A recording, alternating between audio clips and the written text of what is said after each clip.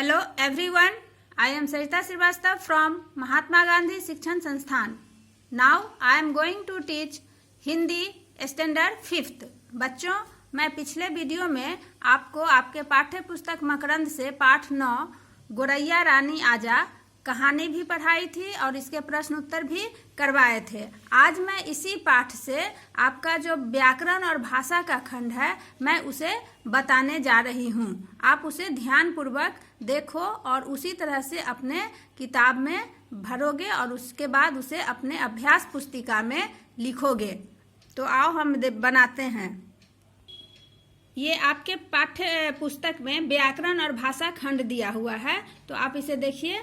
इसमें पहला प्रश्न दिया हुआ है कि र वर्ण के विभिन्न रूप वाले दो दो शब्द लिखिए। अब यहाँ पे ये र लिखा हुआ है तो इससे आपको शब्द एक शब्द बनाया हुआ है, आपको अलग से दो शब्द बनाना है इससे र का प्रयोग करके। जिस यहाँ धरती लिखा हुआ है उसी तरह से आप यहाँ पर करती लिख सकते हैं, करना लिख सकते हैं, यहाँ पे मरना है, पढ़ना है, कुछ भी लिख सकते हैं। इसमें बहुत सारे ऐसे शब्द आते हैं जिसमें र का प्रयोग होता है। फिर यहाँ पर रेफ है, रेफ भी र पदेन में ही आता है, तो ये रेफ का प्रयोग करना है आपको। तो यहाँ पर एक करके बताया हुआ है, धर्म लिखा हुआ है, उसी तरह से हमने यहाँ लिखा कर्म, सर्प। आप भी अलग कुछ और भी लिख सकते हो जिसमें रेफ की मात्रा हो।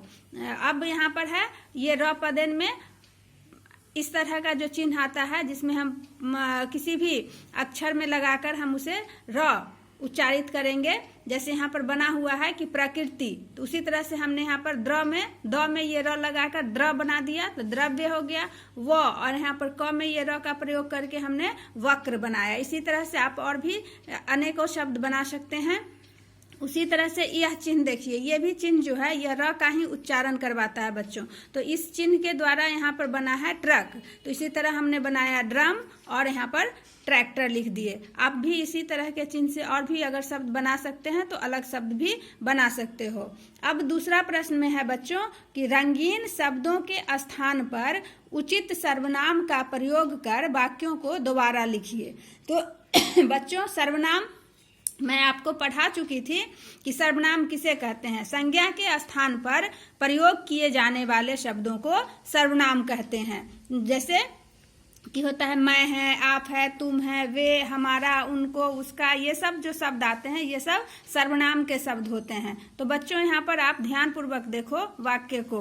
क में दिया हुआ है गोरैया के पंख फरफराए। यहाँ पर जो गोरैया रंगीन ये शब्द दिए हुए हैं गोरैया के, इसी के लिए आपको सर्वनाम शब्द का प्रयोग करना है। तो बच्चों इसका वाक्य इस तरह से बनाओगे कि गोरैया ने अपने, इस गोरैया के जो यहाँ पर रंगीन शब्द दिए हुए हैं इन शब्दों के बदले हमने यहाँ पर लिखा अपने, ये सर्वनाम शब्द हैं।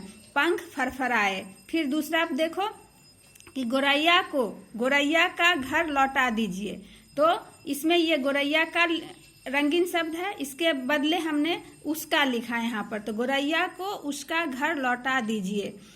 ग में है मैंने मेरा कर्तव्य पूरा कर लिया। यहाँ पर मेरा को आपको बदलना है सर्वनाम में, तो मैं यहाँ पर मैं बनाई हूँ कि मैंने अपना कर्तव्य पूरा कर लिया है। घ में है कि हम चिड़िया के लिए हमारे, ये हमारे शब्द जो है ये रंगीन शब्द दिए हुए हैं, इसी को आपको अब बदलना है सर्वनाम में। तो हम चिड़िया के लिए हमारे घर में जल का कटोरा जरूर रखेंगे। तो इसका वाक्य कैसे बनाओगे? तो हम चिड़िया के लिए अपने, ये हमारे के लिए हम अपने सर्वनाम शब्द का प्रयोग करेंगे, अपने घर में जल का कटोरा जरूर रखेंगे। तो इस तरह से आपने देखा कि उचित सर्वनाम का प्रयोग कैसे किया जाता है, किन संज्ञा शब्दों के लिए किन सर्वनाम का प्रयोग किया जाता है, ये आप समझ गए होंगे। और इसी तरह से आप अपने किताब में भी और अभ्यास पुस्तिका में भी प्रश्न को बनाओगे। अब तीसरा प्रश्न है बच्चों कि नीचे दिए गए वाक्यों से क्रिया विशेषण शब्दों पर गोला लगाइए। अब है कि क्रिया विशेषण किसे कहते हैं बच्चों? कि जो शब्द यह बताते हैं कि क्रिया कैसे, कब, कहाँ और कितनी हुई है, तो हम उसे क्रिया विशेषण, ये सारे शब्द जो हैं वह क्रिया विशेषण के कहलाते हैं। तो क्रिया विशेषण की परिभाषा आप जानते हो कि जो शब्द क्रिया के स्थान काल, रीति तथा परिणाम से संबंधित विशेषताएं बताते हैं, उन्हें क्रिया विशेषण कहते हैं। बच्चों, क्रिया विशेषण 4 तरह के होते हैं: कालवाचक, स्थानवाचक, रीतिवाचक और परिमाणवाचक।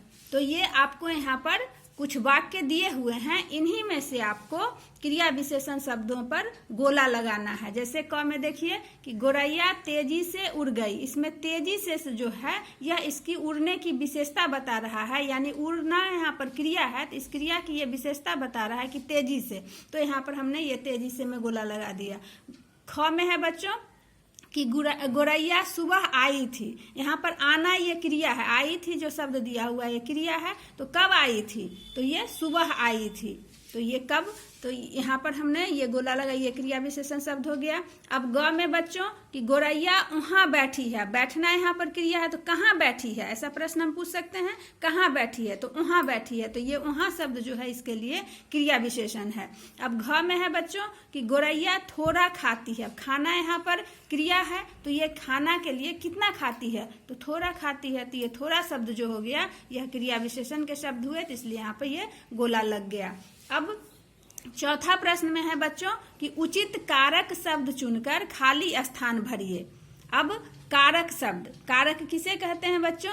तो संज्ञा या सर्वनाम के जिस रूप से क्रिया तथा वाक्य के अन्य शब्दों के साथ संबंध, उसके संबंध का पता चलता है, उसे कारक कहते हैं। तो बच्चों यहाँ पर जो वाक्य दिया हुआ है वो देखिए आप, यहाँ ब्रैकेट्स में शब्द दिए हुए हैं, इन्हीं में से आपको चुनकर सही सही कारक शब्दों का यहाँ पर प्रयोग करना है। क में दिया हुआ है कि हमारे घर डैश के पास के एक पेड़ था।